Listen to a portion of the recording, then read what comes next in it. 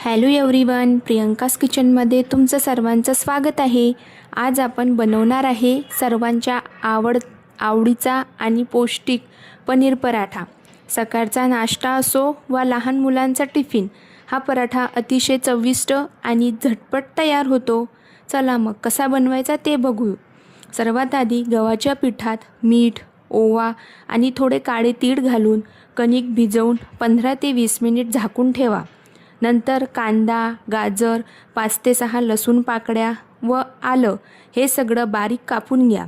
एका बाउलमध्ये किसलेले पनीर घेऊन त्यात बारीक कापलेले कांदा, गाजर, बारीक कापलेली कोथिंबीर व 1 छोटा चमचा धनेपूड, चवीनुसार तिखट व मीठ हे सर्व टाकून व्यवस्थित मिक्स करावे। आणि हो, मीठ सर्वात शेवटी घालावे जेणेकरून सारण पाणी सोडणार नाही। त्यानंतर कणकेचा एक गोळा घेऊन त्याची छोटी चपाती लाटा आणि त्यात तयार केलेले पनीरचे सारण भरा आणि हलक्या हाताने पराठा लाटून घ्या। गरम तव्यावर दोन्ही बाजूंनी तूप किंवा तेल लावून पराठा सोनेरी रंग येईपर्यंत खमंग भाजून घ्या। अशा प्रकारे मस्त गरमागरम पनीर पराठा तयार आहे। आणि हो, जर तुम्हाला हा व्हिडिओ आवडला असेल तर लाईक अँड सबस्क्राईब नक्की करा। धन्यवाद।